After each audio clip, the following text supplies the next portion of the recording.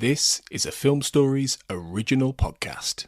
Hey, it's Ryan Reynolds here from Mint Mobile. Now, I was looking for fun ways to tell you that Mint's offer of unlimited premium wireless for $15 a month is back.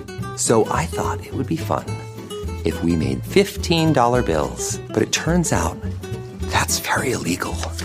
So there goes my big idea for the commercial. Give it a try at mintmobile.com/switch. Upfront payment of $45 for 3-month plan, equivalent to $15 per month required. New customer offer for first 3 months only. Speed slow after 35 gigabytes if network's busy. Taxes and fees extra. See mintmobile.com. So one question I wanted to ask you, Mike, is how come your theme song isn't "We Are Starfleet"? Bum ba bum bum bum bum bum. Well, shit, now I gotta re-record the theme song, huh? And welcome to We Are Starfleet, the podcast. In this episode of the podcast, we're going to be talking about Strange New Worlds, Season 3, Episode 8, 4.5 Vulcans. Not 5 Vulcans, not 4 Vulcans, but specifically 4.5. It's definitely strange, it's definitely new, but we don't get to see any worlds in this one. Big shout out to our listeners who have been following with us from the beginning, and to our new listeners who may have joined us last week. You can follow us on Blue Sky at starfleetpod.bsky.social. And you can find us on all good podcasting platforms, and feel free to give us a 5-star review if you've liked what you heard. And if you didn't like what you heard, that's okay too. Just give us the 5-star review anyway. I'm your host, Mike Slamer, and helping me make sense of this particular episode is a beautiful bottle of scotch. And I have 2 Ians.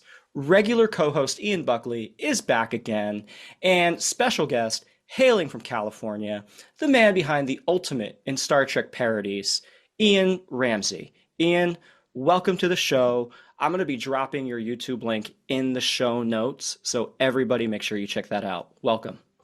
Why, thank you very much. Pleasure to be here. And yes, I also have my scotch, and I think you know what I think of you'll know what I think of this episode when I tell you that this is a hefty double. Ooh, a hefty double. Ian Buckley, as always, welcome back to the show. You hosted with Craig last week with What is Starfleet? So I love it when we have, that congruent voices on each episode. Yeah, always a pleasure to talk Star Trek with you. I wish that I was happier to talk about this particular set of episodes of Star Trek than I have been lately. I think we were just discussing off mic that it's been a bit of an up and down season for us, and maybe more down than up for some of us. So I think we'll get into it, but this episode was a tricky one, but I am always happy to discuss them with you. Love it, love it. Yeah, I mean, since you've prefaced our general season thoughts here, Ian Ramsey as a guest to the show, we were just discussing a little bit prior to recording our feelings about Strange New Worlds in general. And I got to ask you, after the first 2 seasons, the largely successful 2 seasons of Strange New Worlds. So successful, in fact, that they've decided to cancel the show in season 5. So I'm not sure how that makes a lot of sense, but we're in season 3. What have your thoughts been so far? Okay, so yes, the first season, amazing. Like some of the best Star Trek out there. The second season took some big swings and more often than not hit and connected. But this season, I think I pre-recording used the word tanked. This season is tanking for me. It is very painful to see, and not just like as a like a disgruntled nerd. Oh, this is so painful to watch. No, it's painful to see a show that was so good put out such low quality stuff now.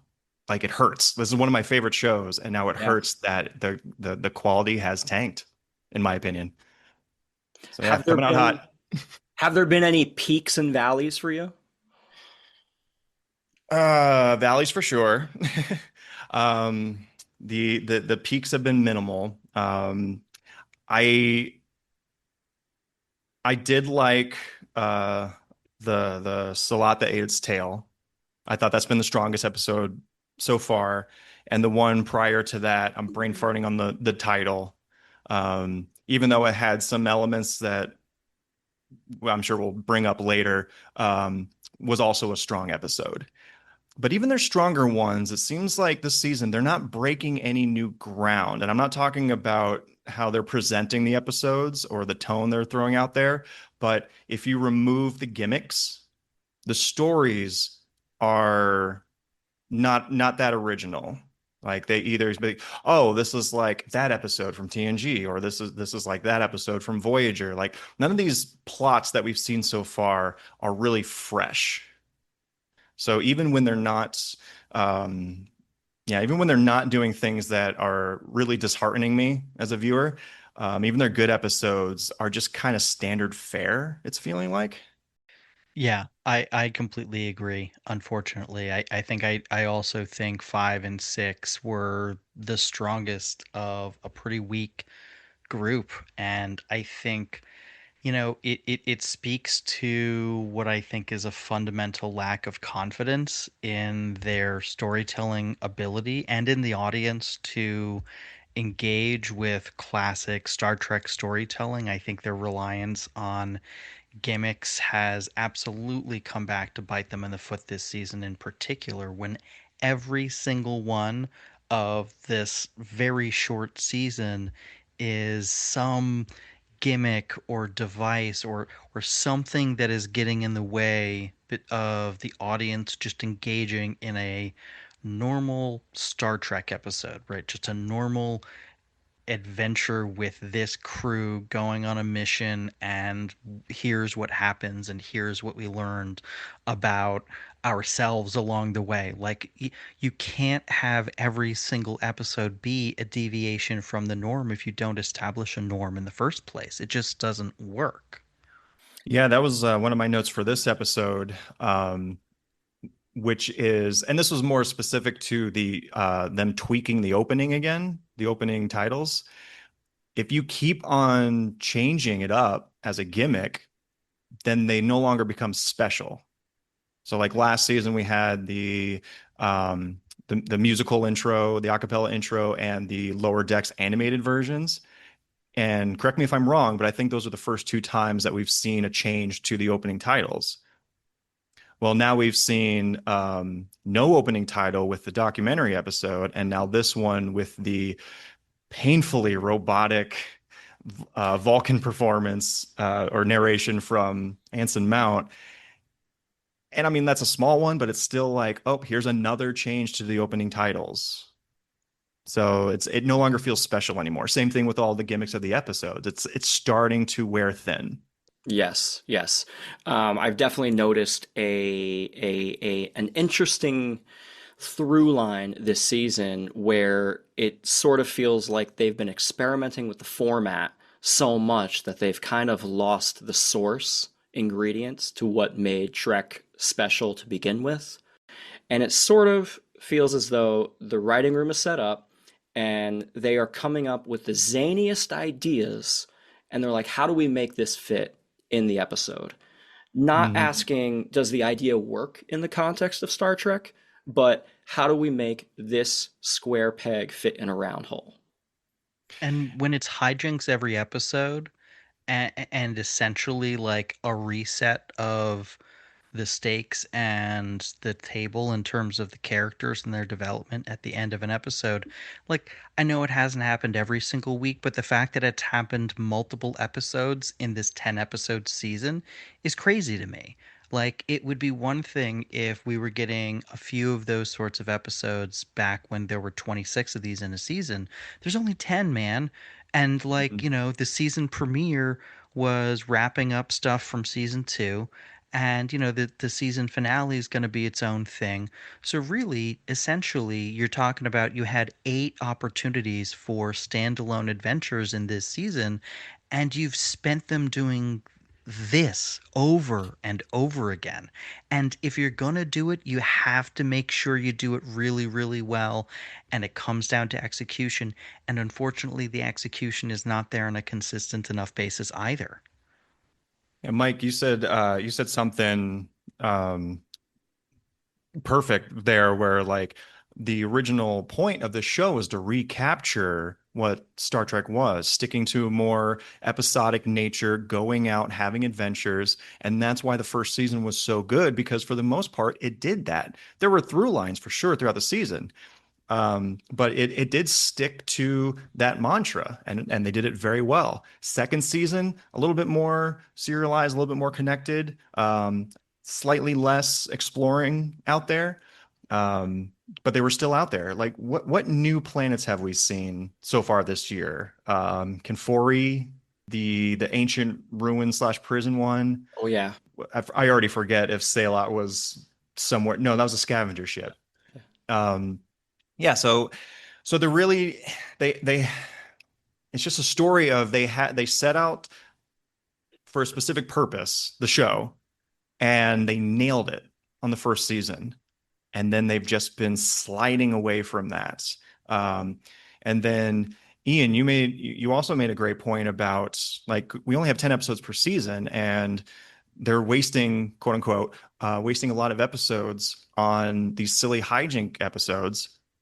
And and that reminded me of a trend that I was scared of last season, which they have continued into this season. And I have the episodes pulled up right now. So the first season started off with like four relatively serious episodes in a row. Then we got Spock Amok, and then we had one, two, yeah, and then the rest of the season, the second half of the season was a mixture of some more lighthearted stuff, but nothing that was really too zany other than the Elysian Kingdom. So the second season started this trend, which continues now, where they do every other. Um, Yes. well, actually, even the And second season wasn't really like that until Charade. So again, halfway through, they're like, okay, Goofy Spock episode, then Sirius, then the crossover episode, then Sirius, then Subspace Rhapsody, then Sirius. This one has literally been split 50-50. We got the Gemini Part 2, and then Wedding Bell Blue, so Goofy. Then we got Conforti, which is Sirius, then Space Adventure, Goofy, Through the Lens, Sirius, A Lot of Days Tale. Okay, debatable. Yeah, I so it's not perfectly split 50-51 on pattern, but yeah, there's just so many. There, and it does feel like a waste at this point, especially if they're not doing it well. and also to the point that we were talking about earlier, like they reset the characters essentially, or the stakes essentially, for a couple of these episodes in a way that they weren't necessarily doing in season one. You know, you mentioned Spock Amok, but the consequences for those characters after that episode persisted. And, you know, the Elysian Kingdom episode, like there was an emotional through line that one of our main characters was going through, and then the consequences of that persisted. You know, you had stories that, while they might have seemed like formal digressions from what we expect in an average episode, they at least had consequences for characters that we cared about that carried on. And yeah, I don't know. Can you say that about uh, some of these episodes? I mean, I suppose we saw the Spock Chapel relationship get wrapped up, but I was I about don't to know. say, unfortunately, yes, we can, mainly with like the establishment of Spock La'an, and then a couple of other really like they're nothing that I care about. Like, I do Yeah, not care about La'an right. Spock. I do not care about Beto and Uhura. I'm glad that they're putting Chapel and Spock to bed, no pun intended.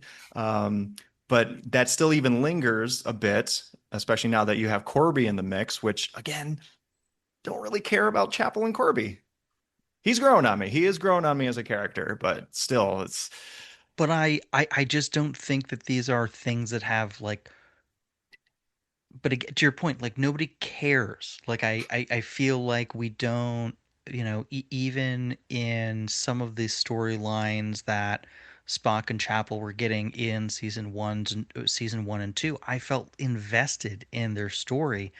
for whatever reason, the way they're handling things in this season, I'm so over it. Like, please, let's spend screen time on something else, because I feel like they're kind of beating a dead horse with with their ups and downs. And I hate saying that, because like I want to feel invested in the characters' personal arcs and personal lives and their interpersonal relationships, between the main characters, are some of the things that I love most about some other Star Trek shows. Like, I love how the interpersonal relationships evolve over the course of Deep Space Nine. I think Yeah. most fans of that series love that about that show. So I'm not opposed to this show spending, shoe leather on, hey, let's take a beat to develop this relationship a little bit. It's just, I just don't feel like the execution is where it needs to be. Yeah, and these are great characters. They all have great chemistry with each other. No one's arguing that. It's just, yeah, all these relationships, and they're all currently standard heterosexual relationships. It's just dull. It's retrodden ground. Um, Spock is getting around the ship, that's for sure. Yeah, it's the who's kissing who Star Trek edition. Yeah, Spin the bottle, whatever it might be, spin the and Spock. always. And it's like, okay, I know Ethan Peck is incredibly freaking handsome, and they're taking every opportunity they can to make sure he doesn't have a shirt on. And is this really the Enterprise that they want to portray? That the first officer slept around the entire ship? And it's obviously, it's hyperbole. As far as we know, there's at least two women that he slept with. But, And I think, for what it's worth, I think it's fairly clear that this is being set up as, and I hate to say it, it feels like she is being set up as a sacrificial lamb for his emotional arc going forward, where we are going to see him transition into the Spock that we know from the original series, because of his response to, I'm right. assuming, the trauma of her loss. Like, I think what we're going to see is that Spock is not going to have a new relationship every season, but that this is going to be the one that carries through until it ends one way or the other.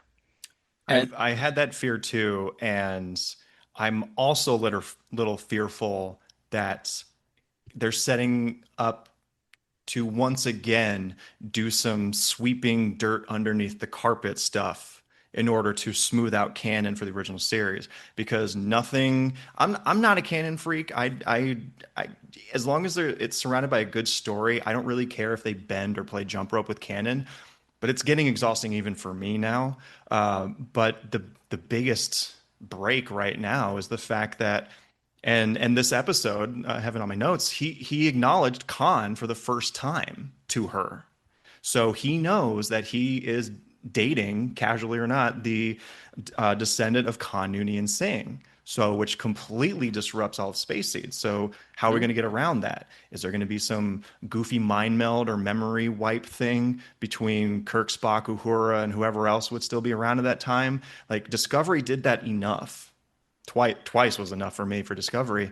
And they're just leading themselves up for more, either more classification, top secret stuff, or like memory wipes. That's not engaging. That's not good drama. I think the solution that they're going to come up with is going to be a little more straightforward than that. I think what they seem primarily focused on is getting the characters to where they are kind of like behaviorally by the time we meet them in TOS. They've already kind of seeded the explanation of, oh, there's been so much fussing with the timeline that things aren't ever going to line up exactly the way they did in TOS. They already kind of laid the groundwork for that in the show. So I'm willing to accept those kinds of things not exactly lining up.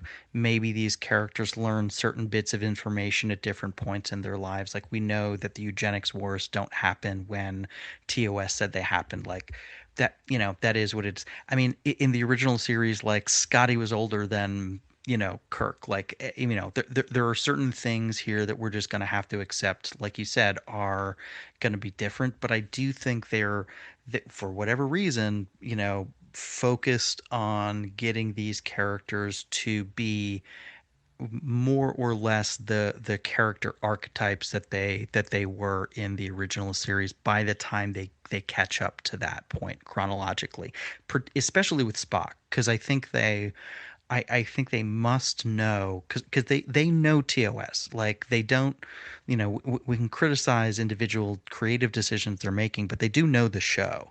So I think they are making decisions with Spock in this show that seem out of step with the Spock that we meet later in TOS consciously.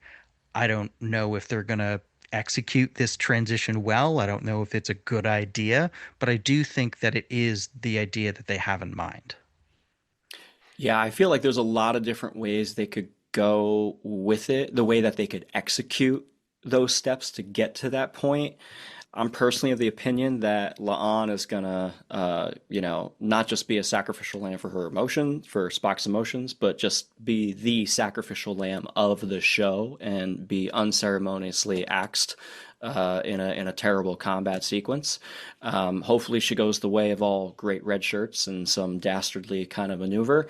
But that's kind of, for me, the only way it's gonna make sense that Spock and Kirk, who have both had some kind of a relationship, some kind of a thing, some kind of a romance, um, to take it from that to nope, never heard of Khan before.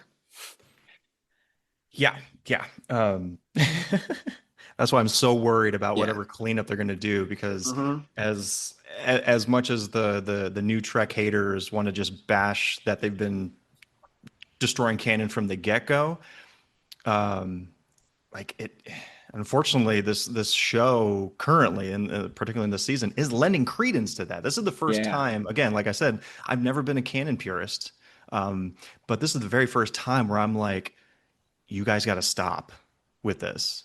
Yeah.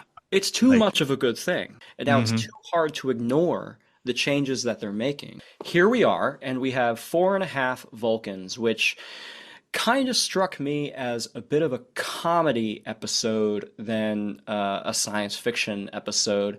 And there were lots of different components and jokes and comedic bits, starting with the opening, where we have number one, Unach and Riley and La'an enjoying some private girl talk. Spock comes up, he wants to sit down, and they shoo him away. I thought, it was like a little middle school type behavior coming from the officers of the Enterprise. And I thought that the cold opening in general, setting up the the Vulcan High Command breaking the Prime Directive that they kind of instituted and forced on Starfleet, was an interesting prospect to get us into a very divisive misunderstanding of how biology works. So I'd love to talk about this episode. Ian Ramsey, let's start with you. Let's talk about 4.5 Vulcans, the opening here, and our setup. I'm gonna try not to go on too much of a rant, because I could go on several. So just okay. So just from a writer standpoint, I'm glad you talked about the cold opening first, because my one of my biggest problems with this episode, as problematic as this episode will it is, and we'll get into it, even from a writing standpoint, my issue came immediately after the cold opening. Hmm. So the whole cold opening encompasses this introduction to this new world, which could be strange. We don't We know. we don't get to see it. So they have a whole scene introducing this planet, the species, the relationship between the species and Vulcan, and why they have to do the genetic manipulation that they have to do. And then in one stupid bridge scene, they're like, "Oh, okay, it's fixed. We're that good as Vulcans." And then they come back, and then they can't revert back. All in the cold opening, and I'm like, "Oh, are you kidding me? You completely wasted an opportunity to meet a new species, to go to a new world, but then also you immediately jumped ahead to the main problem, which this is my thing. Like the main problem of the episode does not need to happen always in the cold opening. You are you are removing any opportunities for scenes about these characters really truly learning in their first experiences of what it is to be a Vulcan and how whether other people are noticing their change in behavior or their themselves are noticing changes in behavior and how they go about things, how they think. No, it's just instant. I wrote down a couple like suggestion scenes like again, this is all connected to a much bigger, messier episode, but like, let's start with the hair. The fact that they frickin' changed their hair after getting the injection is so dumb. It's And just it's an obvious visual gag, and it's which can just that. happen. So this Right. was my idea for this Which little is, fixer yeah. scene is so after the only thing that I would be able to buy after the injection would be the ears and the eyebrows. Other than that, they should look exactly as they are. And there could have been a scene where Spock is introducing them all to Vulcan hairstyles. And you can make jokes about how Pike has such voluptuous hair that he wants to continue his Pike's Peak, but make it more logical. Like there's a full scene of them like, oh, I never thought Vulcan hairstyles were that appealing, but I certainly now understand the logic behind it. And they're all like searching, they're all finding their hairstyles or outfits. And then you can cut to that badass walk down the hall where you see them in their look for the very first time, This is already better. right? And then just the attitude needed to be gradual. Like the change in Yeah. attitude needed to be gradual. Again, we can connect this to so many other points, so I'll try to be brief. But the fact that if you're changing genetics, they're not instantly logical because Right. they have not practiced logic. Correct. Right. Yes, in the Correct. past they've hinted that Vulcans have that emotional suppression ability that became inherent in their brains, so that could be turned on and off, like a la Voyager and Tuvok. But yeah, it's a study. So if anything, and they hinted at it, but they just wiped it away, was Chapel being like, "I'm feeling everything so intensely." Yes, Right. yes, that's something that could have happened. That Should they have been had a to like struggle to adjust. restrain how powerfully they're feeling everything to do their mission and to get back and to not alienate the rest of crew. And so I guess my whole point is this this should have been all leading up to like the end of Act Two. Act Two should have been the end of Act Two should have been the time where like, uh-oh, we can't reverse, and we're already noticing some really funky changes with them that both the crew and them are discovering through these first two acts. So, yeah, first off, cold opening just butchered the structure of this episode and Yeah. just immediately dove into the goofiness. Yeah. Yeah, and think about the opportunity, like yes, for comedy, but also for pathos of having these four people who are struggling with becoming Vulcans for the very first time. The only person who can be a guide through this process is a half Vulcan who has been told his whole life he's not Vulcan enough.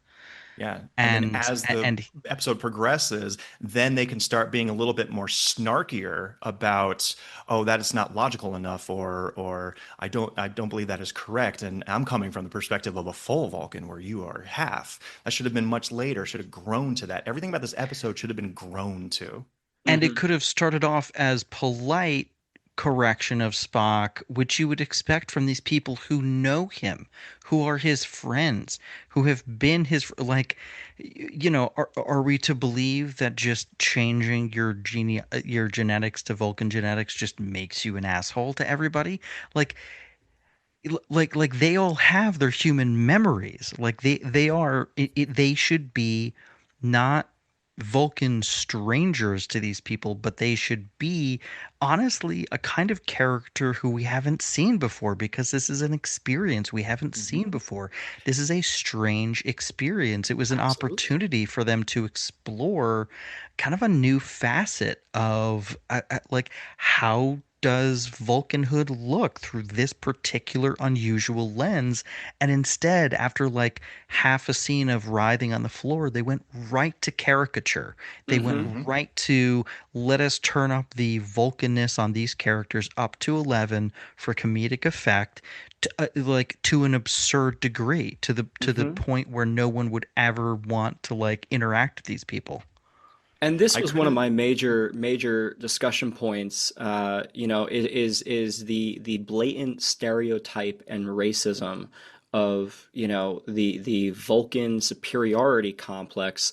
These are four individuals who have never once even heard of the Kolinar practice, and it's not even mentioned in name. We get barely a line about there being a monastery in the desert, and Spock went there once. He actually doesn't go until the motion picture, the events of the motion Right. picture. That's what keys the Kolinar process. But Yeah, they're all acting like they already done Kolinar, like emotions are gone. and when Chapel falls to the floor and she's like, these emotions, I thought, okay, we're gonna unpack some of this, and talk about what it actually means because Vulcans are supposed to experience emotion. They have a natural ability to suppress them, yes, but Hmm. their emotions are also much, much hotter. They run Hmm. significantly hotter than human emotions do.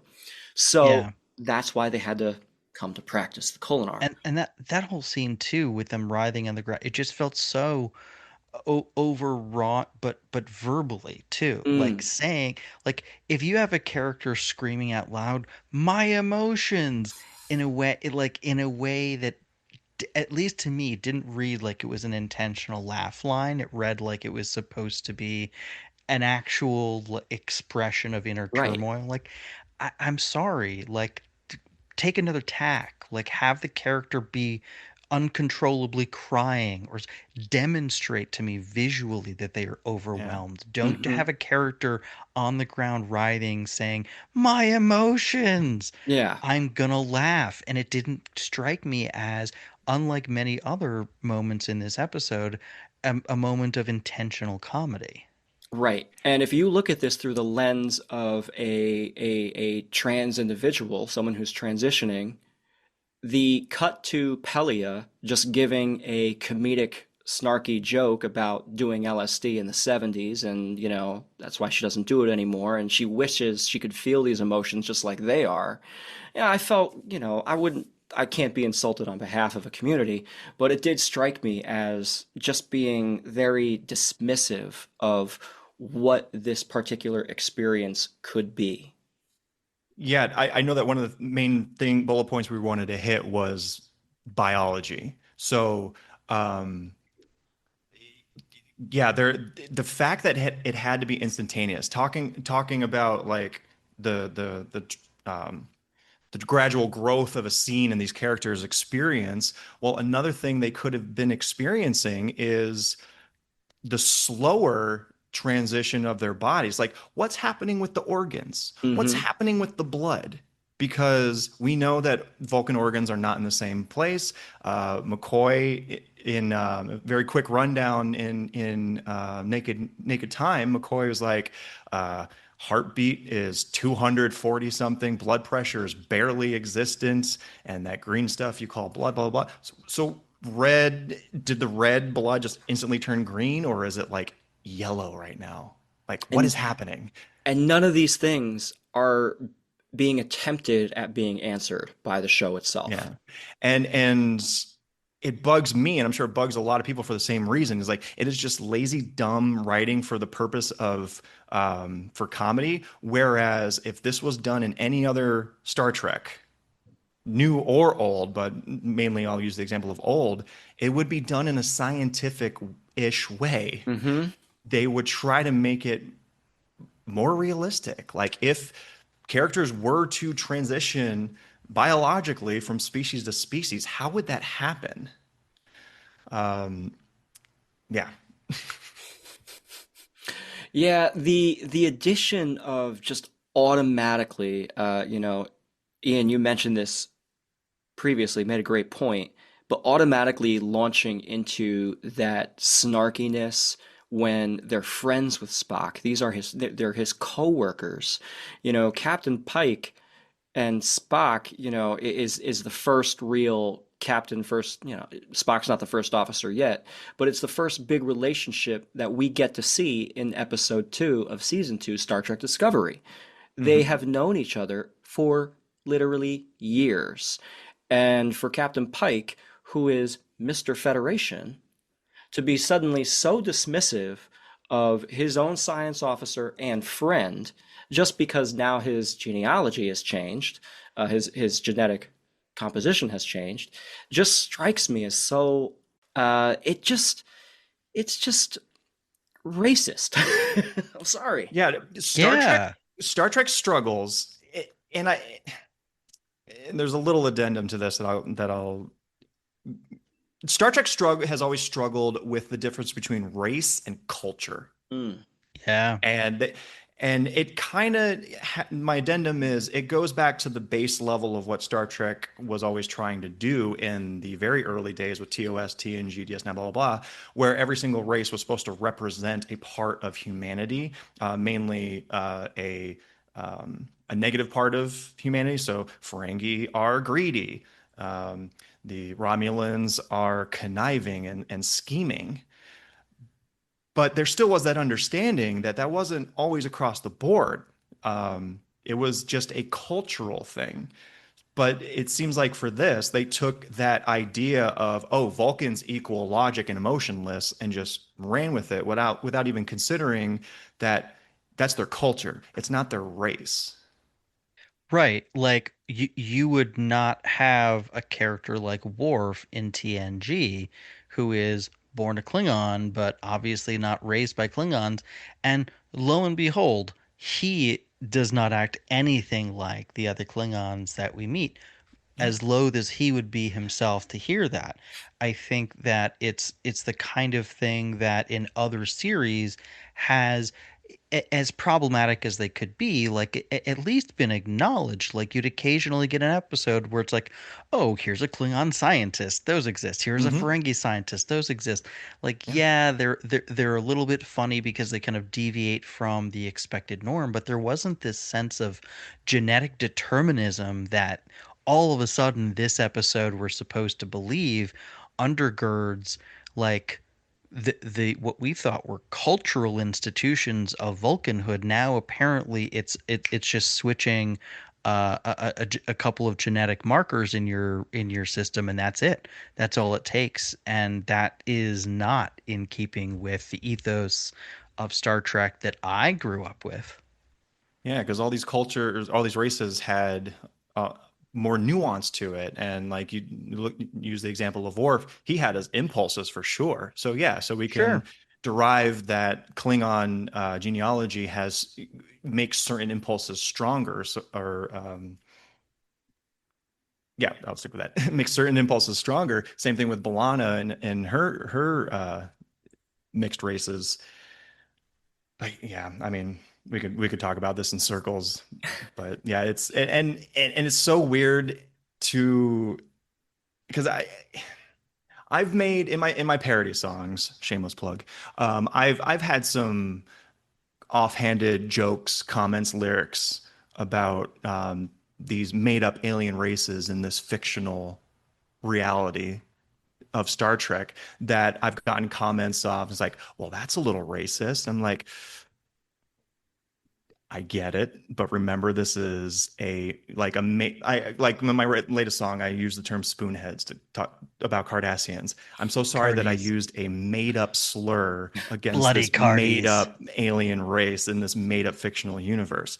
But when the people involved and the characters are in what we're watching are that blatantly racist, Hmm. that's when it starts to feel uncomfortable. Yeah. Like it's one thing for a viewer to be like, ha ha ha, McCoy called Spock a green-blooded hobgoblin. But like when McCoy does it, it is like, ooh, that's racist. So what it was Battelle. It's like, listen up, ears. It's like, that is a very racist comment. Viewers can make fun of Vulcan and Romulan ears all we want because guess what? They don't exist. But in that universe, and the people involved, writers, producers, everything, when it's depicted in universe and on screen, it got uncomfortable.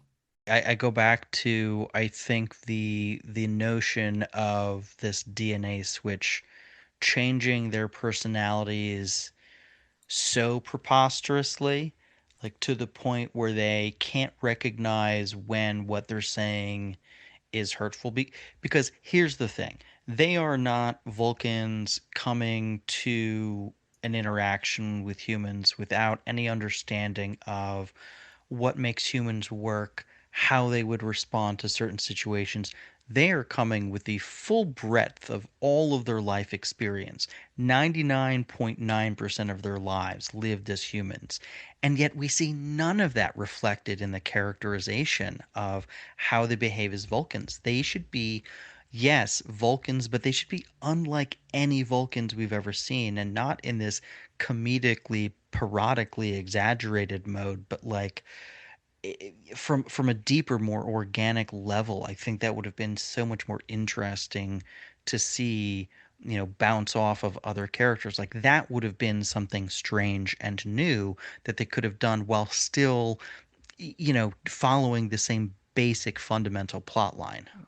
For Yeah. sure. I could not help but think during this episode of, okay, how would other Treks handle this? And the best example I could come up with to throw out another controversial episode was Tuvix. Mm. Because you got the life and experiences of Neelix and the life and experiences of Tuvok suddenly merged together. And the first 2-3 acts of that episode was Tuvix himself coming to grips with this new identity, this new personality, and every new thing that he's feeling. And it took like through the majority of the episode before even Janeway. Another thing about this episode is the fact that they kept them all on duty. And Banga, come on, is the fact that Janeway took 20 minutes, half an hour into the episode to finally be comfortable enough to let him get back onto the bridge and resume his duties as tactical officer. But in this case, like, well, they seem to be physically and mentally okay, not mentally okay, Una. But M'Benga should have been like, no, Captain, I'm relieving you from duty. You are not you. You are not acting like yourself. No, none of you are. You're not confined to quarters, but you are off duty. Right, right. I thought it was interesting that they created the serum from the Kirkovian. It's called the Kirkovian serum, which comes from the season 2, episode 5 episode Charades, where Spock and Chapel had their DNA was combined, and the Kirkovian race, reconstituted Spock, except fully human. So this is the flip of that episode. So the Vulcan first impressions here, when they're walking about, I gotta ask you guys, what were your thoughts about Pike and Battelle? Because we know that Captain Battelle has been through some stuff. And just to remind everybody and set the stage here, Captain Battelle, possibly human Gorn hybrid. That's a whole other separate discussion that we've had on this podcast. Looking for her job back. Is she going to be a captain of a starship? Can she go back to duty? Is she medically cleared, et cetera, et cetera? Where will she live? Will she live on the Enterprise with Captain Pike? Will she go and have her own command post? What's going to happen? So in this episode, we learn that they're about to have dinner with her boss, who's also a Vulcan. And this sort of sets the stage for some more hijinks, if you will. And I don't know, Ian Buckley, let me start with you here.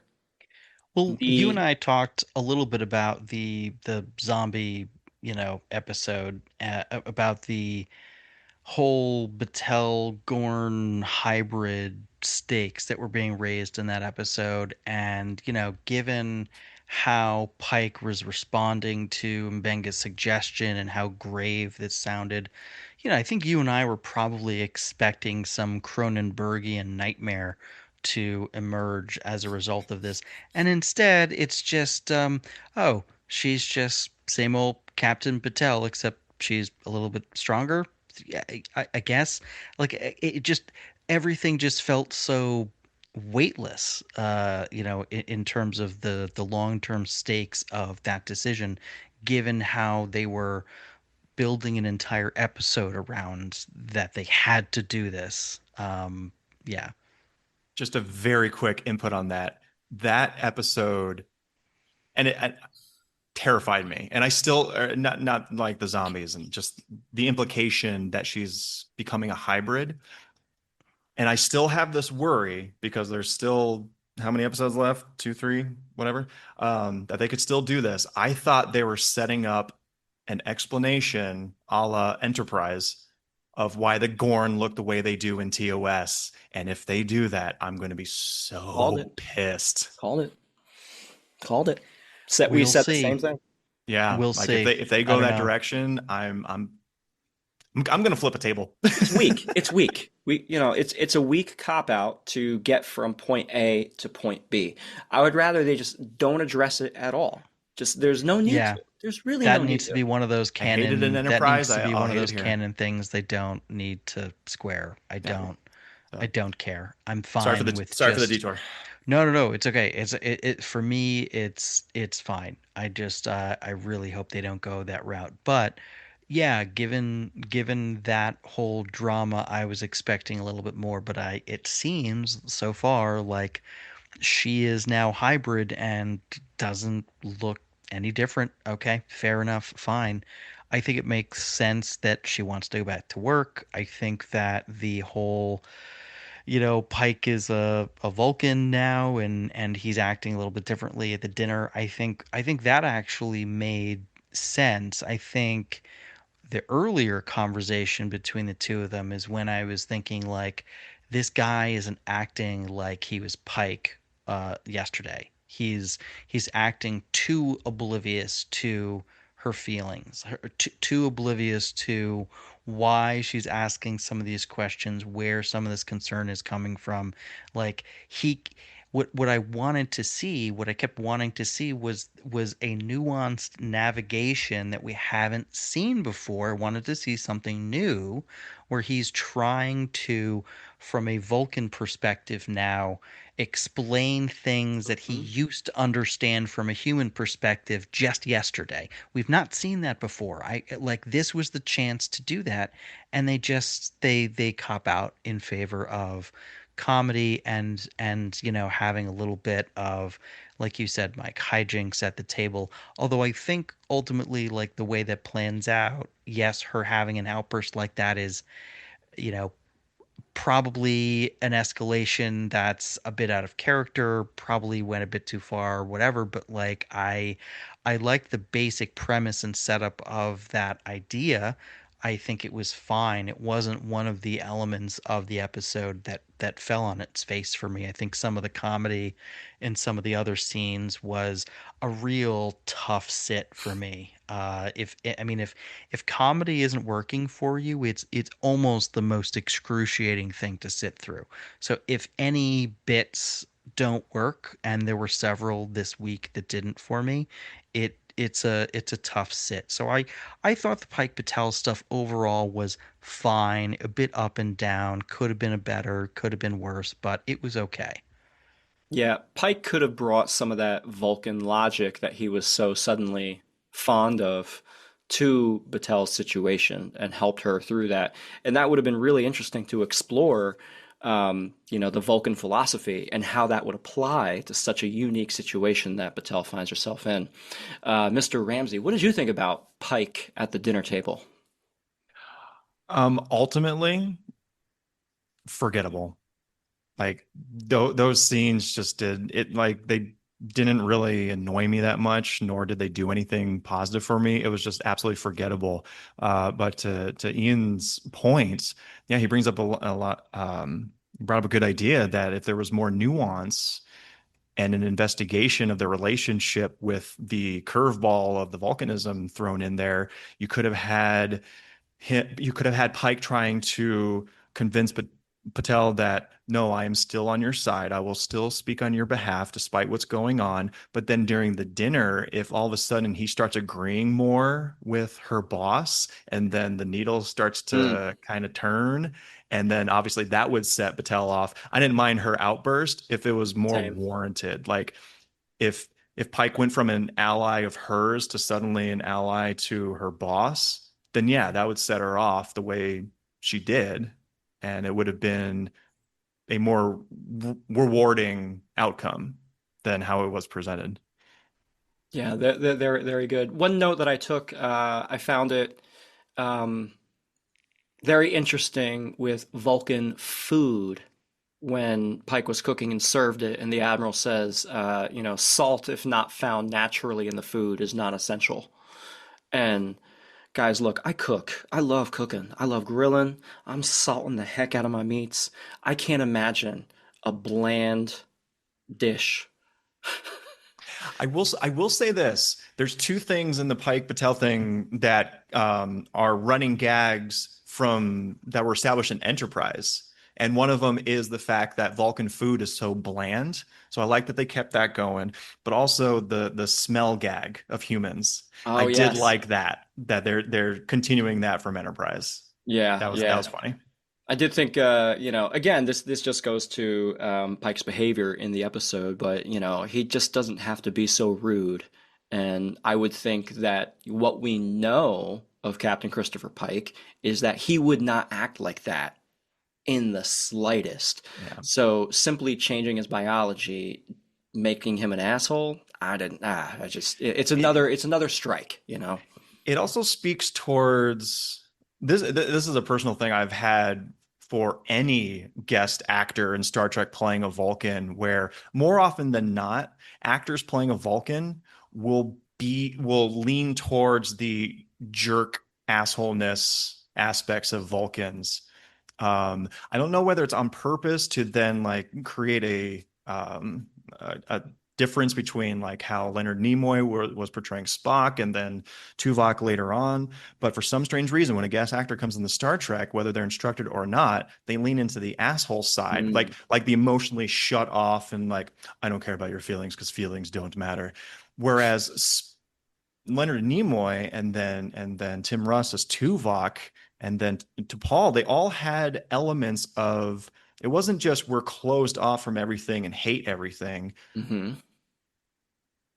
And I'll focus on Nimoy. And this is why if we're because let's talk about Chapel next, if I may request, because Yeah. Chapel was actually shown sides of this is a good portrayal of being a Vulcan. I like how she was fixated on her fascinations, and that's what Spock always did. Hmm. Hence his key phrase, fascinating. He even post early days of season one TOS, you could always still see him smirking from time Hmm. to time because like he's just observing not only the things that they're exploring and observing in the galaxy, but also the behaviors of his crewmates. He's secretly loving a lot of it. Even the jiving with McCoy, he loves getting his jabs in. So there was a fascination about life that Spock had. And I know he's just a singular character, and that can't represent all Vulcans. So they had the intellectual mighty ones come in, the intellectual bullies come in. But that seems to be the one that became the focus about what a Vulcan is. And so Pike Right. leaned into that. Um, Uhura to a point leaned into that as well. Pike was just a robot. His performance as a as a Vulcan was terrible. I like La'an's. We'll get to La'an as well. But yeah, Chapel. I'm like, good job, Jess Bush. Like Yeah, yeah, she found the fascination of life, and her version of being a Vulcan went to explore that, and I really like that. yeah. Chapel. I did. Go ahead, Ian. Yeah. I was because I did too. I think it again though leaned for me a little bit too much into, I mean, I guess none of the others did this, so maybe it wasn't a stereotype that they were leaning into, but the idea of I must like wall myself off socially from everybody else, like Yeah, I that would was have I off-putting would for have sure. I would have liked a little bit more of an explanation of that because again, it felt like, all right, I can imagine a Vulcan out of the box, right? You know, freshly minted Vulcan, new to the series, coming in, and this is the flavor of Vulcan that they are. But I couldn't quite see how we got there from the chapel that we knew, and if I could have seen a little bit of that journey, a little bit of the, oh, what's the kernel of something that we've seen from the chapel that we've gotten to know over the last few seasons that is informing this extreme behavior now that she's a Vulcan. Like, give me that bit of connective tissue between the two characters because otherwise it just feels like we're just creating this particular kind of Vulcan, and it happens to be played by Jess Bush this week. That's Yeah. all. Yeah. And That's I very was true. hoping for a little bit more. Yeah, I Very, was very true. surprised to see that, her fixation on the science experiments and she's got 6 experiments going simultaneously. And oh my, like maybe you gotta, maybe you should just go sleep. Sleep? No, that's a waste of time. And then automatically switching to I need to break up with literally everyone, not just romantically, but also friendships, because they're just a waste of time. And what's so interesting to me is that this show has spent a lot of time setting Chapel up as a sort of a social glue between a lot of the characters.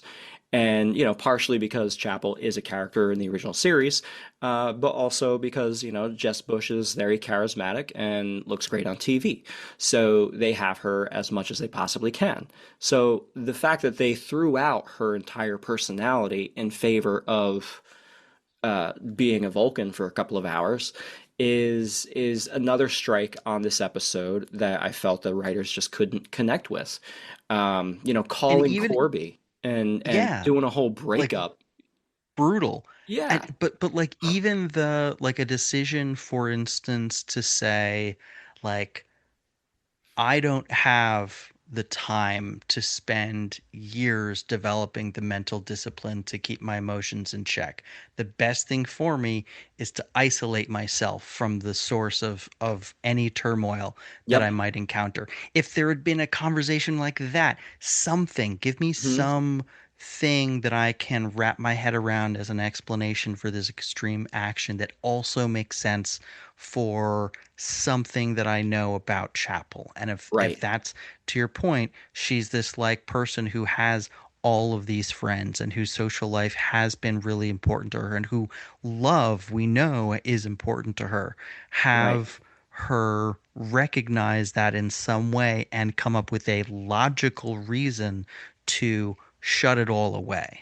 Right. Right. Now, let's pivot here and talk about La'an, because I did feel that they did sort of keep La'an's tendency for security and safety and control in her character as she transitioned to her new Vulcan behavior. And before we jump into it, we have to address this massive red matter elephant in the room. Did they really have a scene where they talked about how the Kelvin verse came to be? Wait, I missed this. So Pike and La'an, as Vulcans, meet each other in the corridor. Oh, no, no, no, no, no. I was confused on the Pike side until I watched it again. He's referring to his alternate reality experience in the finale of the first season, the Balance of Terror remake, quote unquote. Ah, Yeah. Yeah, I Because wasn't sure at first, but then I rewatched. I'm he like, finds oh, out that's that how those he knew are about Romulans. right. okay. Because when they talked about, you They know, both have had encounters with time travel, which is yes, how they Yeah, know we're and why they can't acknowledge it.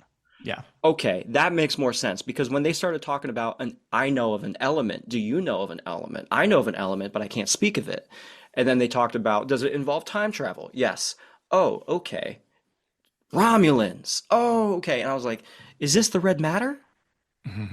But No, I, I, okay, I that I makes a little think more sense. I think what we were seeing there is the implication, at least, that La'an has reverted not to a Vulcan, but the kind of common ancestor between Vulcans and Romulans, a kind of proto Vulcan. Mm, Yeah. I know I said that I like Jess Bush's performance the best, but in terms of establishing the Vulcan version of a character that, like I said, Ian, involves the actual personality of the character, I think La'an's was the best because yeah, she's already pretty fiery. Um, to use a better term, feisty, or to use a worse term, feisty. So yeah, if any of that group was to latch on to the elements that then created the splinter group of the Romulans, it would be La'an, and I really liked that about her Vulcan version. And I found it funny that once again the British person became the Romulan. If you're in Star Trek and you have a British accent and you're an alien, chances are you're going to be the bad guy. I enjoyed that. Just just like everything else, though, I just wish it was more gradual. She yeah. immediately became Romulan. Yeah. Whereas if she was getting a little prickly more and more as the episode went on, It would have been that would much have been more better interesting to evolution. see. Yeah. Yeah, yeah. Ian Buckley, there is a scene when after they resolve the solution, where then we get Spock and La'an salsa dancing through the room to the theme of Amok Time, which then transitions. Uh, Give me your thoughts on how this whole scene played out. I mean, I get that he needs to approach her in this kind of Vulcan mental way that, he can't. The others, I think, were convinced eventually. We don't really actually see them make the Right. decision, I noticed, but like we just kind of cut to, oh yeah, the others agreed. They came to their senses eventually. We don't really see that. I take it for granted that on you couldn't talk her into coming back to herself, but going into this kind of mindscape, engaging with her emotionally because she has this connection that she's developing with Spock. It's all fine. It just because the episode as a whole was not really working for me. I think I had a hard time engaging with that particular element of it as much as the episode wanted me to. It was just kind of, and this is how we fix this part of the problem. Um, but it was fine. Yeah, yeah. Like a lot of stuff this season. It was fine. I found it very much uh it felt like Christina Chong and Ethan Peck went to the writers and said, "We would like to have a nice More dance dancing. together." Yes. And we would They're like it. so dating in real life. They have to Oh, be. 1000. They put a song out together. Right? Like they have to be. And no So, offense, Ethan, but he's not that great a singer. That's um, love. man. Maybe he has other skills. Yeah, No comment. you're probably right. But it just felt a little focused, a little hard focused. Like we want to set up for the viewers that this relationship is real and it's expanding and it's evolving. Because since we're talking about La'an, in the outro of the episode, it caps off with back in the bar where La'an is basically saying, "I don't know what we are." He left clean socks in my drawer. What are we? I thought we were casual. Are we not casual? Are we doing something? What's going on here? So this all lends credence to our previous thoughts where La'an could become the sacrificial lamb. For sure, absolutely. We'll Um, see. really quick, my thoughts on the La'an resolution. Yeah. Like it or not, for their relationship that they've established, that was a great resolution. For what they've already established up to this point, that was a really brilliant idea to resolve that issue. Now, again, I do not like the relationship, so even that overall big picture was like, bleh. But I do give them credits that if this was a better relationship, a better pairing, and something similar happened, it would have been brilliant. Mm, mm. No, I agree. I agree. Um, okay, Ian Buckley, it has been good to have you on the podcast. I know you got to get rolling. So before you head out, can you give me your overall thoughts on the rest of this episode? Yeah, I think like a lot of big picture for this episode, I think unfortunately, like a lot of episodes this season, feels largely like a missed opportunity.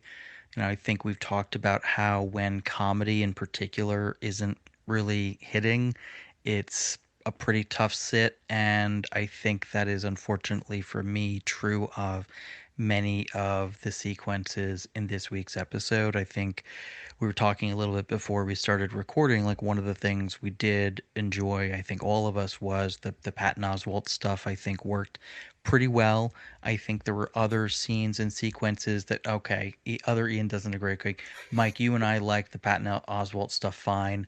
I think some of the stuff that Celia Rose Gooding, I think she continues to do pretty well. I think that the stuff she was given this week was, again, like it was inoffensive in a way that I think some of the attempts at humor in some of the other parts of the episode were kind of offensive. Like not even in a problematic sense, just from a, you know, art of comedy sense. And as a result, I can't really wholly recommend this episode. I'd say things that work for you. You might want to rewatch those sequences, but otherwise, I'd skip this one, unfortunately. Wow, if you had to give it a score out of 10. I mean, I'm tempted to say 4.5 just because of the title, but honestly, that feels high. So I'll say 4.5. I'll be nice. I'll say What four a and a half. guy. What a guy. Just under 50%, which is not good. It's not good. Do better. I appreciate the pun, though. I appreciate the lean into the pun, though. Yeah. If you have 10 episodes in this season, you need to have a better hit rate. I'm sorry. You just have to. Yeah, yeah. I can't disagree with you there.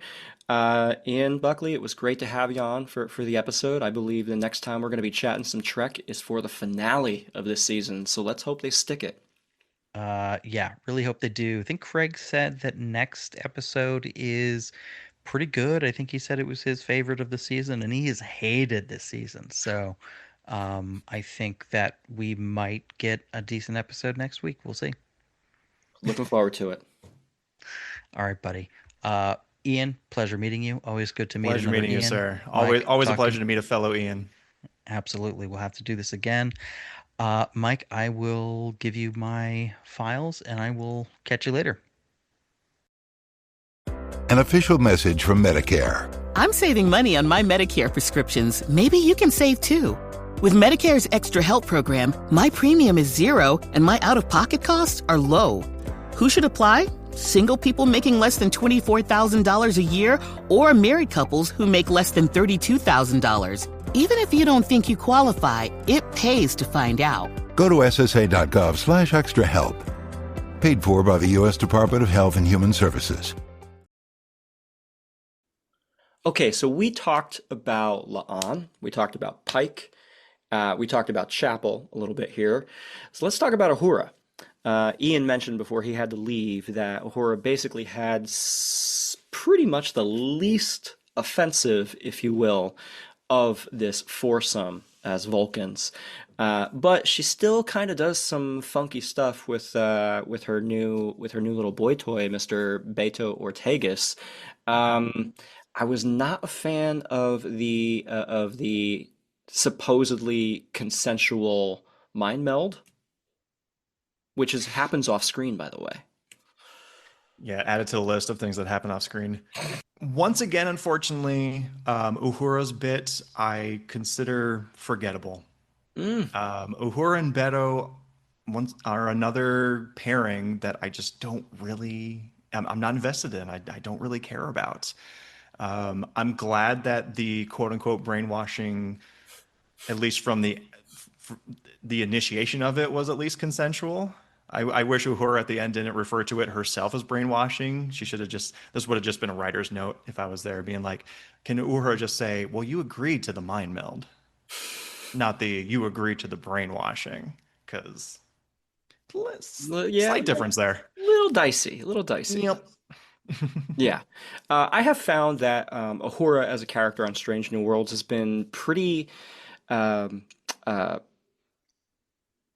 pretty good, just in general. Yeah. They are treating Uhura as the character with a lot of respect, and in some ways, I feel like they are giving the character a lot more of a podium to actually showcase their abilities. One of the biggest criticisms, of course, of TOS is that yes, they had this multicultural crew, but they were basically a backdrop, and Uhura was the communications officer, and she very famously was convinced to stay on the show by Martin Luther King Jr. because of her presence at that time during the civil rights movement. So this characterization that Celia Rose Gooding is absolutely crushing, in my opinion, has done a lot to serve that character. Absolutely. Yeah, she's one of the bright spots about this series as a whole is how they've given so much more meat and gravitas to the characters of Chapel and Uhura. Hmm. And I totally agree. Yeah, I totally agree with everything you said. This season, unfortunately, I feel like she's gone from the writers and producers treating her with respect to now kid gloves. Mm, That makes any okay. sense? Yeah, Like yeah, yeah. they're almost afraid to do uh, they're almost afraid to push her character more like they had already done in the first two seasons. Now it's almost like, yeah, we don't really want to mess with you. You're kind of like, yeah, you're uh it's almost like a Smithsonian scientist not wanting to ruffle like an old ancient document. Yes, Like yes. I let's just see what leave you it mean. be. I see what you mean. And I think it's due to the fact that they've done so well with her so far that they don't want to screw it up. Yeah, exactly. Yeah, they're just being very cautious with her character right now, Yeah. and I don't know whether that's conscious or just kind of a result of the writing of this season. Yeah. Yeah. Because that's ultimately when it comes down to, like, every single flaw or issue that we're talking about in this episode and other episodes, like this season just has poor writing. Yes. And if her kind of being treated safely as a result of that, Yes. I did like the moment when Erica Ortegas comes down to the bar and basically tries to have, a conversation with them. She sees her brother being totally brainwashed by her best friend. And she's like, Uhura would never do this. And it feels like Ortegas is the only one on the ship who's like, I'm actually going to tell you what's what. which is why her take us is the best. I love her so much. So not that scene, but the follow-up scene where Ortegas is defending her brother to Uhura. Yep. That is the best scene in this entire episode. I Yeah. loved Okay. that scene. No notes. Love it. Love Yeah, it. I Love it. love how she explained the sibling rivalry dynamic of not just them, but just of families in general. Hmm. Um, yeah, fantastic. Love it. Chaos and messy. And that's what Mhm. makes it great. That's what And makes us Ortegases. it's good. It's good. It's a good construct to kind of set up where the episode's solution comes into play, where Spock has to go to their Katras and connect with them via mind meld to help them, recenter their identity. And you see it in a moment because Uhura is processing what Ortegas is saying to her and very much taken aback in Yeah, a she big way. seemed to have the only arc as a Vulcan. Exactly. I guess you could consider La'an's resolution an arc as well, so I'll give credence to that to a point. But yeah, Uhura's Vulcan had an arc. So I can totally understand as soon as her Katra was contacting me, like, hey, do you want to become human again? Even Vulcan Uhura. I feel like there's a missing scene where Vulcan Uhura would be like, make me human again. This isn't working. Yeah, That yeah. would be logical. It would be logical. It would also be fascinating. Hmm. It would also be fascinating. The whole we've talked about them being Vulcans now. Is there anything else that you want to talk about before we move on to how they solve this little conundrum they find themselves in? You made a face when before Ian left, he was talking about liking the Patton Oswalt stuff. Um, I feel like I made two faces because there's the Patton Oswalt stuff, but then there's the resolution to all of it. Sure, sure. And I'll start with the resolution to the other Vulcans. God, that one. This was one of classic Treks, like TNG and Voyager were the biggest offenders of this. Yep. That was a crutch trope that they leaned on way too much, where everything is solved with a captain's log at the end of the episode. And the biggest offender of that would be Threshold, where it's like medical officer's log. Yep. I've managed to revert Mr. Paris and the captain back to their original human forms. Boom, solved. And so this was Strange New Worlds version of that. And I'm like, oh, I thought we were over this. So that really irks me. Yeah, I agree with you. The capping off an episode as I would think that as the writers and producers are going through the script and they're getting ready to shoot, that there might be some warning flags to some of the crew on the show, actually the showrunners themselves, to say, maybe we should tweak things just slightly so they line up a little bit better. And the fact that the status quo gets reset so quickly, and to your point, we get the outro with just a log, and everything's fine. We're good. That's it. It We're gonna seems see you to next week. me, yeah, it seems to me that the writers only had the resolution to La'an and Spock in mind. Yes. So they needed to clear up time in order to focus on that one, Correct. as opposed to giving everyone else their own resolution. Correct. Yeah. Yeah, okay, so let's talk about how we get to that solution. And I'm not gonna lie to you, this was if you lifted out all the stuff with Patton Oswalt from this episode, I would have liked it. I would have liked it. Just build a story around something else other than what they did, but keep Patton Oswalt and keep this whole sensual Vulcan. I was enthralled with the performance. Okay.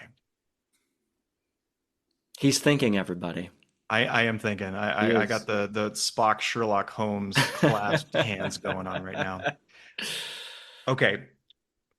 I'll start with if you did let's hypothetically split Patton Oswalt and all that out of this episode. Sure. That would have given the writers the room to restructure the episode, hopefully closer to the way I've been talking about how I would have done it, where every single character turned Vulcan would have had a gradual evolution to their eventual Vulcan personality, and everything that I've hashed on from a writing perspective that I would have added. If you removed Patton Oswalt and all that stuff from this episode, it would have given the breathing room for them to do that. Yeah. And yeah, would have and given you the ability to have your Patton Oswalt centric Una episode, which I will say, sure, give it another swing, could have been better. But I absolutely hated that stuff. Really? And it might have been because it was within an episode that I was already hating. Okay. The Patton Oswalt stuff was, for me, the thing that made me think, oh, this is actually a Lower Decks episode, and a bad Lower Decks episode at that. So this really, it was literally when he said his name was Doug. Yes, I'm like, yes. this belongs in lower decks. Yes. Doug, and then he's got a sister named Susan, and he's got a cousin named Pete. Peter. Yeah, I thought I was laughing at the joke, but the more I think about it, the more I'm like, okay, yeah, okay. I might not have judged the Patton Oswalt stuff appropriately because I was already so distraught with the rest of the episode. So you do bring up a good point that having like a sensual Vulcan, and whether it's Una or not, having someone obsessed with a sensual Vulcan and vice versa is pretty neat. I do like that. Yeah. And there's Here's lots of bits there. Go ahead. Yeah. Here's my biggest thing. Hit me. And I literally screamed this at my screen. Why? And I love Patton Oswalt. I'm just gonna say that. I love Patton Oswalt, and I want him in Star Trek. Why was that not Jerry O'Connell? For the love of God, if you want two characters to be absolutely obsessed with each other, then why was it not a real life husband and wife who are obsessed with each other? That should have been Jerry O'Connell. Oh my God, you just blew my mind. We got some face palm going. You got, yeah, I'm face palming because it's actually it's low key kind of brilliant.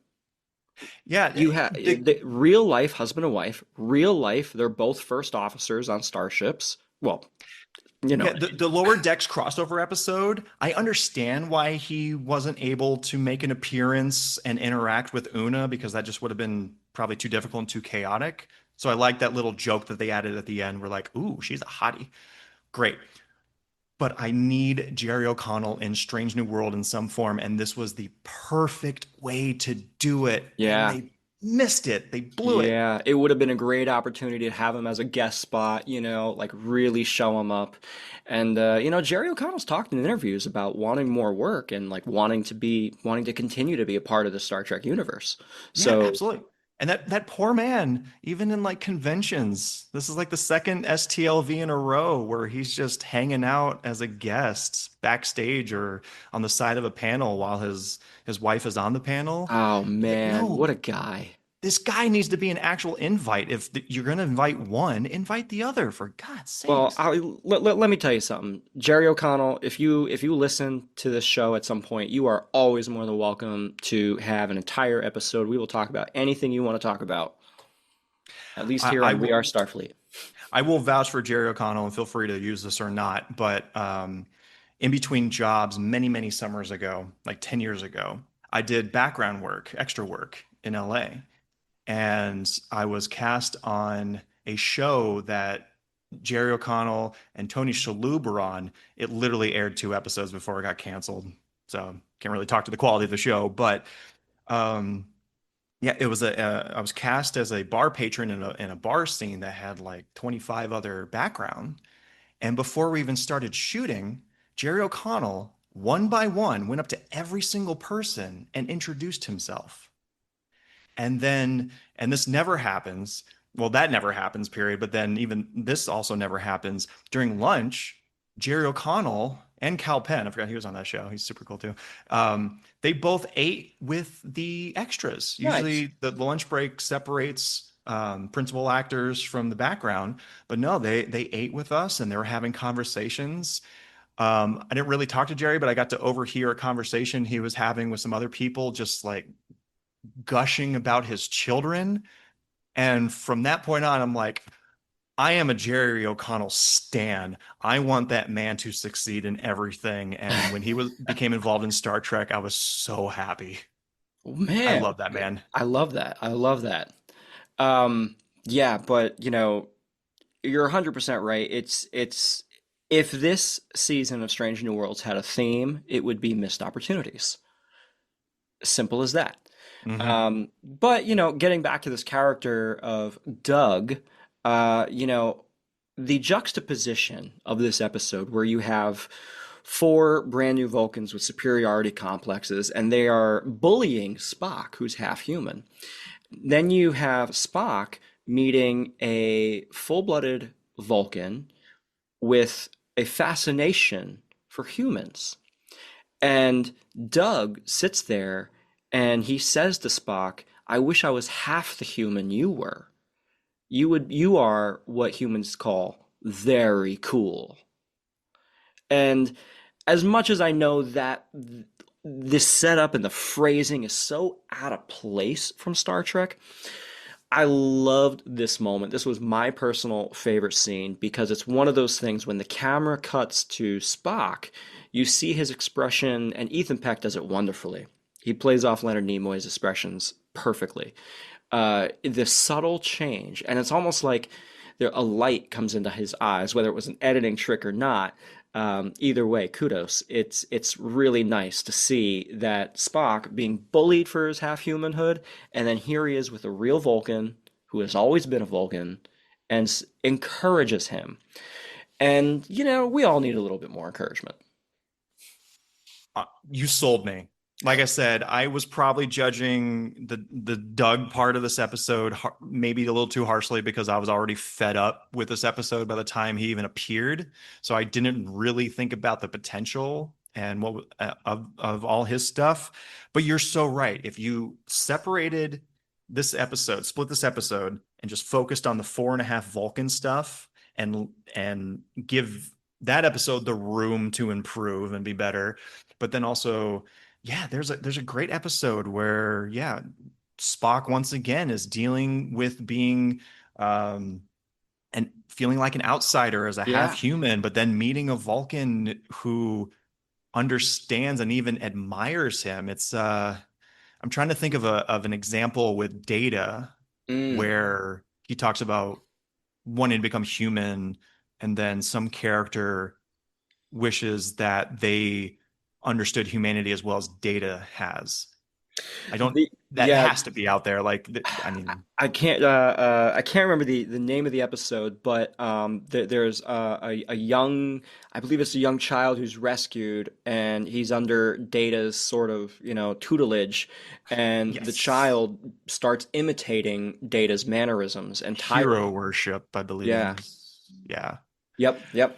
Whether it was just an offhanded comment or I'm envisioning this in my mind, but there was a time where Data was complimented about how much he understood humanity, even though from his perspective he doesn't understand it at all. Yes. And this is kind of a different version of that, where if Spock's struggling with trying to hide his humanity, and all of a sudden a full-blooded Vulcan is telling him, "No, I admire your humanity, and I wish I was more like that." Yeah, that's a fantastic story episode right there. Yeah. I mean, it's all there, and the construct, and this is something that we talked about on the podcast in previous episodes, where they introduce these really interesting concepts and these really interesting science fiction based stories, and they just kind of let them fall, or they resolve them very simply in favor of the gimmick, in favor of the funniness, in favor of wanting to be the fun Star Trek show. Now that Lower Decks is off the air, they got to keep people laughing. And whether or not that's the case. That's that big picture about the season that is kind of bothering me is pick a lane. Yes. Going back to my whole thing about dramatic episode, comedic episode, dramatic episode, comedic episode, absolute whiplash of tone. And at this point in the game, you kind of got to pick one. You can't have it in a 26 episode season. You can have some super serious episodes, but then have the haha funny episodes here and there sprinkled in. That's easily achievable, and it doesn't mess with the tone of the season or the show. But in 10 episodes, if you start the season with Ortegas losing her freaking hand from acid being digested slowly and her having PTSD to this. That did all happen. That did all happen this season. Yeah, absolute whiplash. Pick a lane, which again, if you restrict, if they could only constrain themselves and control themselves to have these goofy, gimmicky episodes once, maybe twice, possibly no more, maybe 3. I don't know. Just leave it at that. Then it wouldn't be so jarring. But right now it feels so jarring. The other thing I wanted to talk about with Doug is Una's behavior. It's played for laughs. The big joke in the room is Patton Oswalt is short and unconventionally attractive. He's a good sport. Yeah, yeah. Um, and Rebecca Romaine is a hottie. So, the joke is, oh, look, here's this, incredibly hot woman attracted to a, fairly average looking guy. And that's the joke that we're going to run with. And that's sort of 1990s sitcom sort of behavior. Patton Oswalt was in King of Queens, which of course, that had the same exact dynamic where it's the hot wife with the overweight average looking dude, and I mean, that's just all sitcoms across the board, even to today. even today, Yeah, it's Lois that's and that Peter trope. Griffin, Hmm. So go ahead. Um, yeah, I had this thought. Okay, so this was actually something that you and I talked about in DMs about last week's episode. Mm, And I mentioned about how I'm not the most perfectly media literate person when it comes to thematics and deeper meanings on a first watch. I kind of need to be handheld. I'll fully admit that. So I do have a couple YouTube channels that I like to watch. If shout outs are allowed, shout outs to Jesse Gender and Steve Shives. But specifically, watching Jesse's review of last week's episode, where she brought up all these uh, the thematics of last week's episode, the documentary episode, and about how they were an absolute swing and a miss, or just missed the purpose completely. And I didn't tune into any of that. Like I needed someone to talk about it before I started to realize, oh, that's true. Anyways, what I'm going with it is between this episode and that episode, and I don't know, any other just like kind of outdated gimmick and jokes that the writers like to throw in, they're kind of showing their age. They're interesting.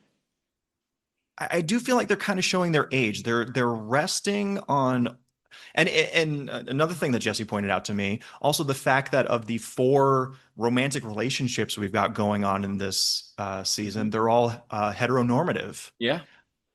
And that is an outdated thing, especially for Star Trek. So yeah, they're kind of showing their age. We're leaning on old trope jokes, old trope relationships, and not really getting and understanding the most progressive ideals currently that people want to see in Star Trek. Yep. So yeah. Yeah. I mean, That's 100%. disappointing. And I'm not super. I'm kind of.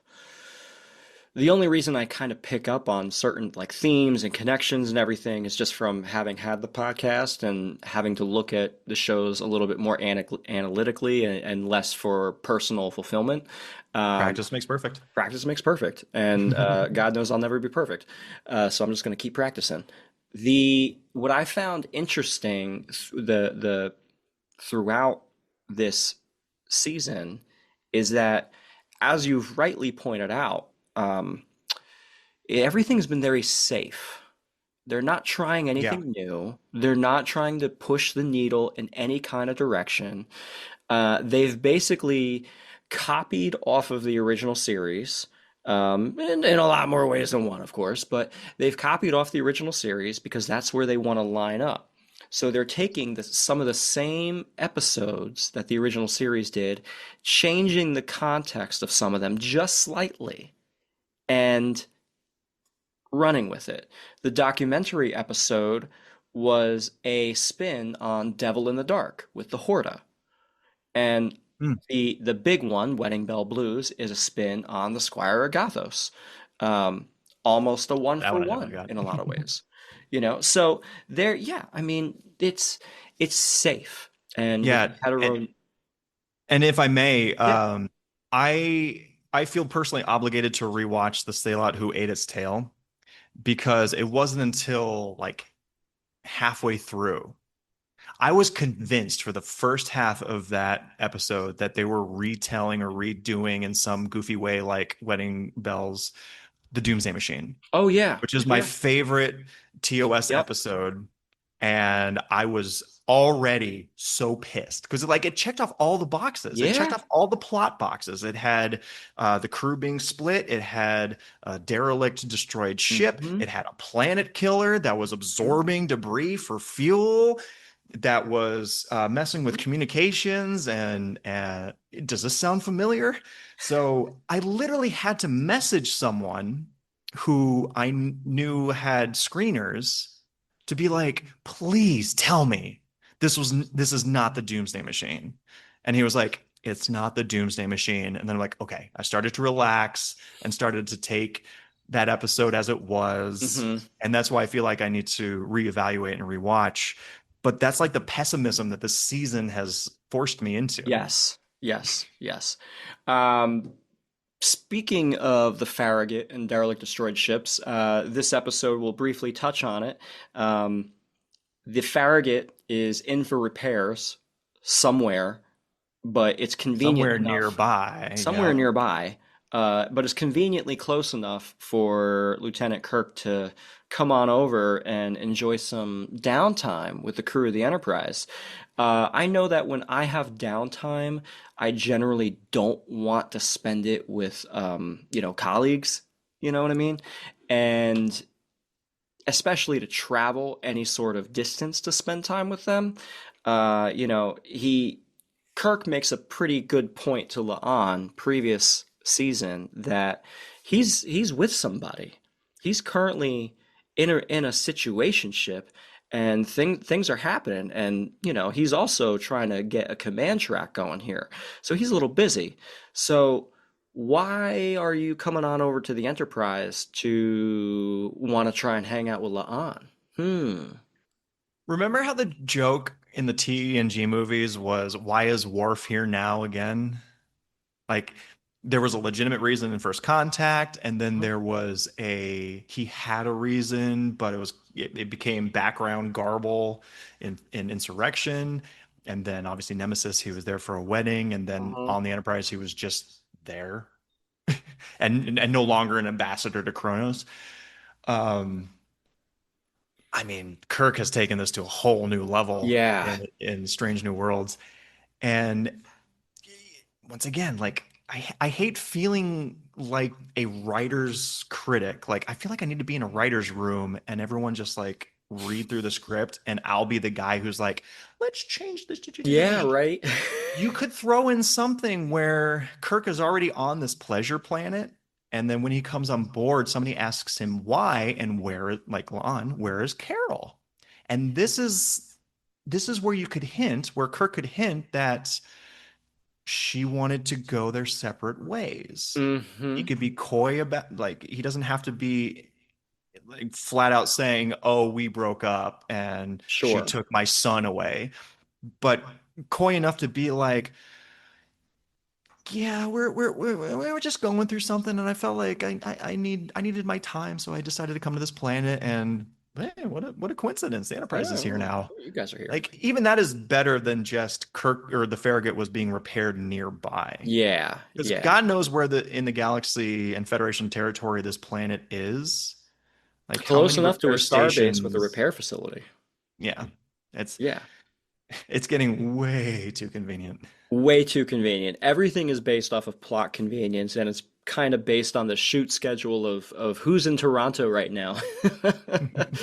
But I will say what we do get from this guest spot, I think is pretty good. We get the burgeoning relationship with Mr. Scott.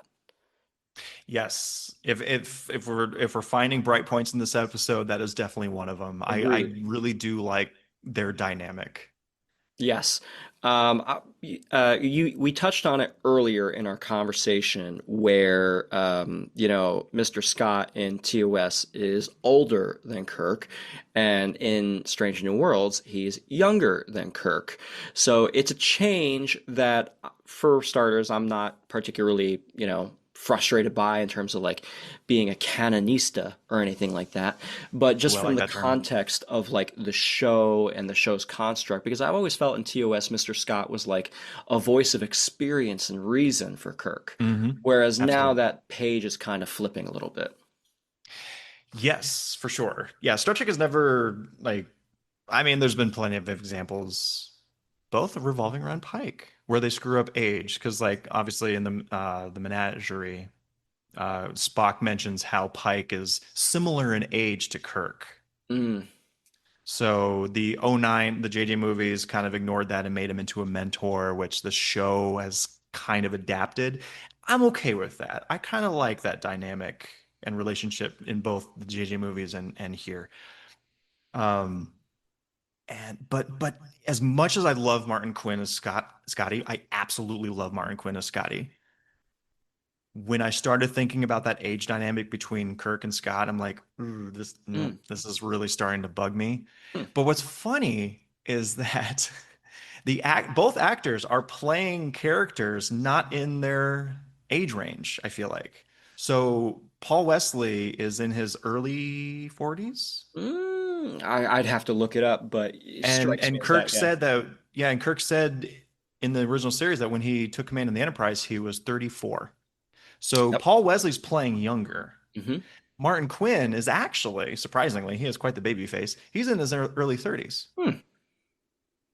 But even though Scott's age is never said, it's almost like he's playing a character that should be in his mid 40s. So they're Mm, kind of age-wise reversed, sure. actor-wise.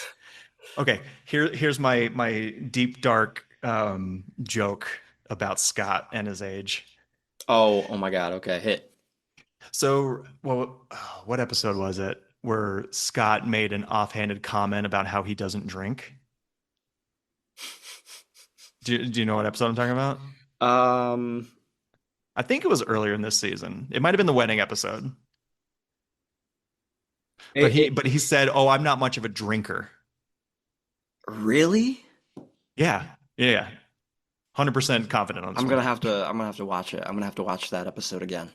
Okay, yeah, I don't remember. Well, it had to be this It had season to have because been he because only appeared in the finale last year. So yeah, yeah, yeah. I think it was the wedding episode where someone wanted to get a drink with him, and he's like, "Oh, I'm not much of a drinker." And my brain was to kind of explain my head canon to explain the age look dynamic is what if Scotty becomes an absolute alcoholic and just ages himself through alcohol? Oh my God. He Which gets a is dark, job on the Enterprise and he becomes an alcoholic. right? That would because I hate to say it, I've met an alcoholic who was like in his 40s that looked like he was in his 70s. So like Yeah. that shit ages It you. really And does. It really does. I used to work in a liquor store for about 3 years, schlepping boxes to pay my way through a lot of things, and I saw that you see some shit. yeah, that is my really dark, risque headcanon Yeah. as to why Scott aged visibly in the Wow. original series. But yeah, I like their friendship, and I like that one of my complaints in a previous episode about the season is and it was a sellout who ate its tail, is Scott and Kirk are friends. So in sellout ate its tail, they're not friends, but they don't really know each other yet. So there's a little bit of a butting of the head there in the episode. And my complaint about that was, we want to see that friendship grow. We want to see things develop. So how do we get from here where Scott doesn't trust Kirk at all to then the TOS series where we see them as actual friends? And this was a really good step for me that Absolutely. connecting them as characters, as friends, as crewmates, and experts in their own fields. I thought it was a great team up, and I prefer the Scotch, hey, we make a pretty good team. I was like, yeah, that's what I'm watching this show for. Yeah, and at the end of the sellout episode, it went from distrust to trust. Right. And what's the next point after trust? Friendship. That's it. Yeah, that was a great stepping stone. Yeah. Um, Okay, we have talked a lot about this episode, and I have a ton of editing to do. But before we hit our outro, is there anything that we left on the table?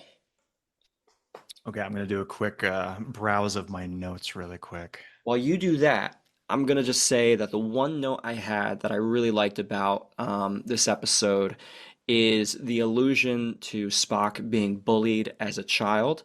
He mentions it in the episode, and I immediately thought of Star Trek 2009, where I think they portrayed Spock as a child really, really well to kind of set the stage of who he is as a character. And you have that scene where he's going through, he's going through elementary, middle school, and then as a teenager, before, basically throwing a middle finger to the Vulcan Science Academy and saying, I'm going to go join Starfleet.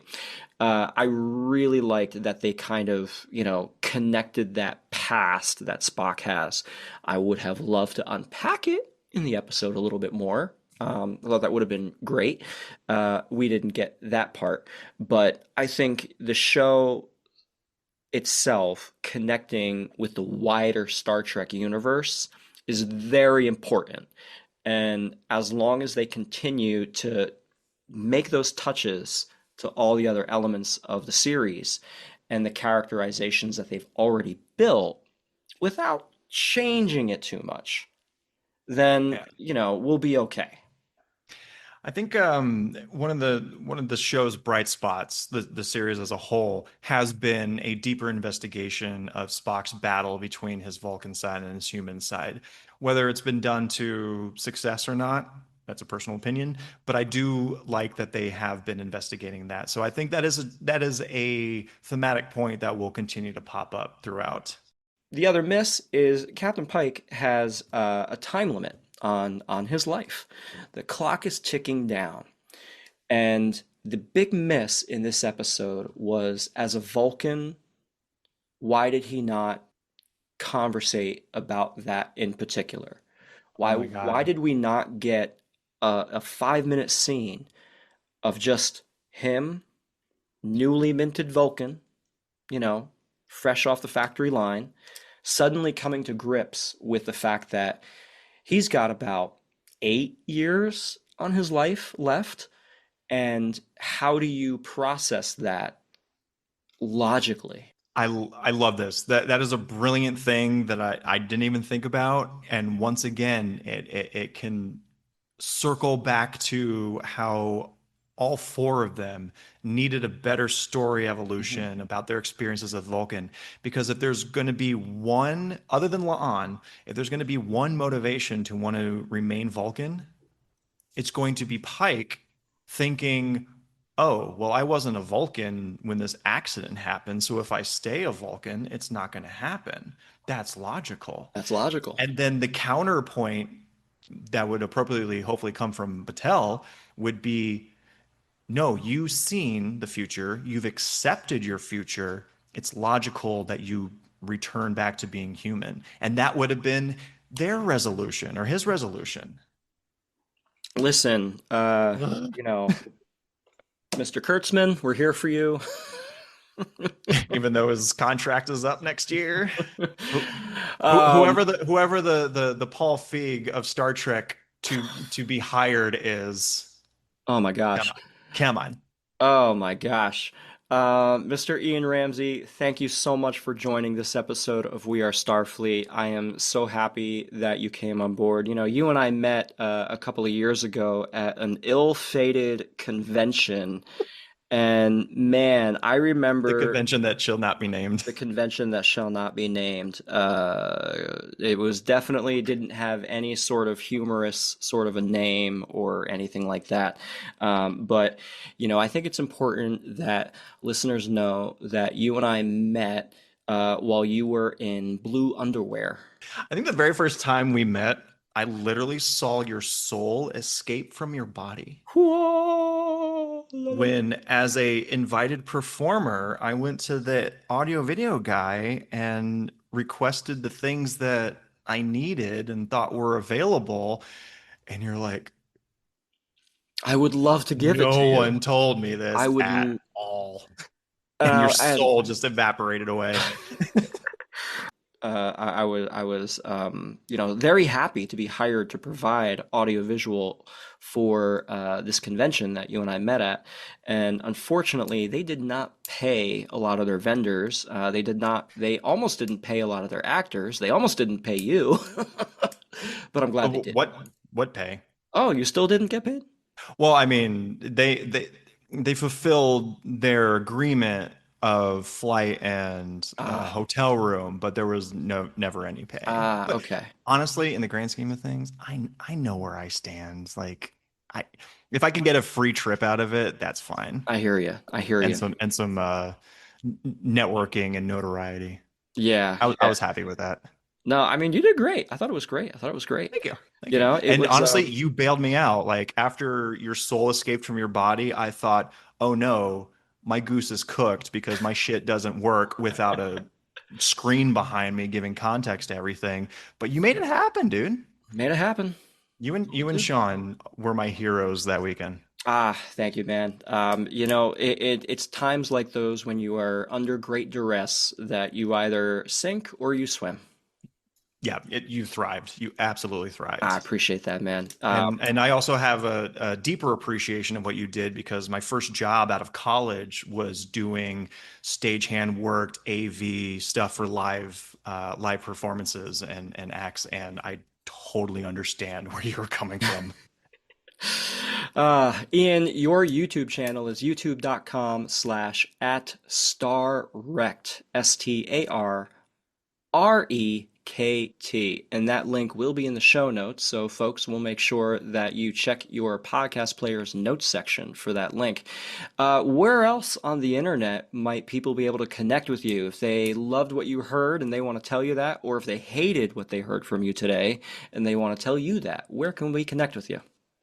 If you hated my stuff, I'm nowhere else on the internet. Don't worry about it.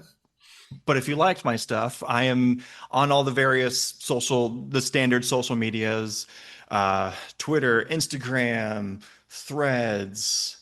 I'm missing one, Blue Sky. So just search StarRekt as spelled REKT, and you'll probably find me. Mike, thank you so much for the invite. This has been an absolute pleasure. It's been fantastic catching up with you, and it was great meeting fellow Ian. This was fantastic. I had a blast. Ian, it's been fantastic having you here on We Are Starfleet talking about 4.5 Vulcans. It's amazing how such a controversial episode can encourage such discussions. Normally our podcasts are a little shorter, and I don't mind taking the time to discuss Trek as much as we can. So thank you. I love it. I love it. Folks, you can find us at Starfleet Pod on most of the socials, or you can find us on Blue Sky at starfleetpod.bsky.social. If you'd like to know more about other episodes, if you want to hear more from our other hosts, check out our website, wearestarfleetpod.com. We're part of the Film Stories Network, and once again, my name is Mike Slamer. Thanks for listening. May you have a long life and prosperous journey.